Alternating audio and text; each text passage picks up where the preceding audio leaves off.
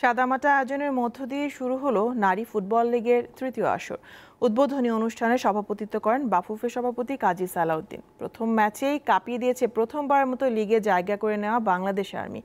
এদিকে তীব্র তাপপ্রবাহের কারণে লিগের খেলার সময়ে পরিবর্তন এনেছে বাফুফে। রবিবার থেকে প্রথম ম্যাচ হবে বিকেল 5টায়, আর দ্বিতীয় ম্যাচ হবে ফ্লাড লাইটের আলোয় সন্ধ্যা 7:30টায়। ফ্লাড লাইট ইস্যুতে যে বিতর্ক চলছিল তার সমাধানও করেছে বাফুফে, এমনটাই জানিয়েছে বাফুফে বস।